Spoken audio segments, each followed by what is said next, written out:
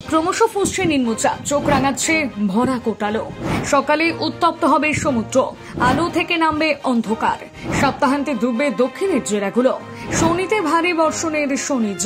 দক্ষিণবঙ্গ থেকে উত্তরবঙ্গ ভিজবে সর্বত্র। জেলায় জেলায় জারি হাই অ্যালার্ট জানিয়ে দিয়েছে হাওয়া অফিস।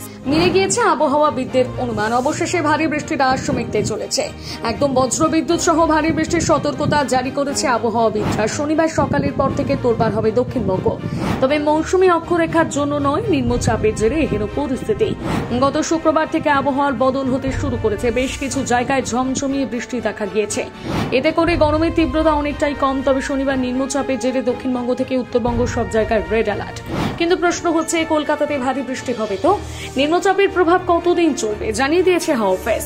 আলিপুর আবহাওয়াবিদদের সর্বশেষ আপডেট অনুযায়ী শুক্রবার থেকে নিম্নচাপ ক্রমশ শক্তিশালী হতে শুরু করেছে।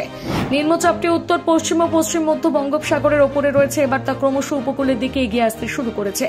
জানা যাচ্ছে, নিম্নচাপের কারণে সমুদ্র এখন টালমাটাল। উপকূল সংলগ্ন এলাকাগুলোতে 45 থেকে 55 কিলোমিটার গতিবেগে বইবে দমকা হাওয়া। অন্যদিকে আবার পূর্ণিমার ভরা কোটাল রয়েছে। সব মিলিয়ে দক্ষিণবঙ্গের জেলাগুলোতে ভারী বৃষ্টির পূর্বাভাস রয়েছে। তবে উপকূলবর্তী জেলাগুলোতে বৃষ্টির পরিমাণ সব থেকে বেশি থাকবে। নিম্নচাপের কারণে শনিবার থেকে সোমবার পর্যন্ত ভারী বৃষ্টির সতর্কতা জারি।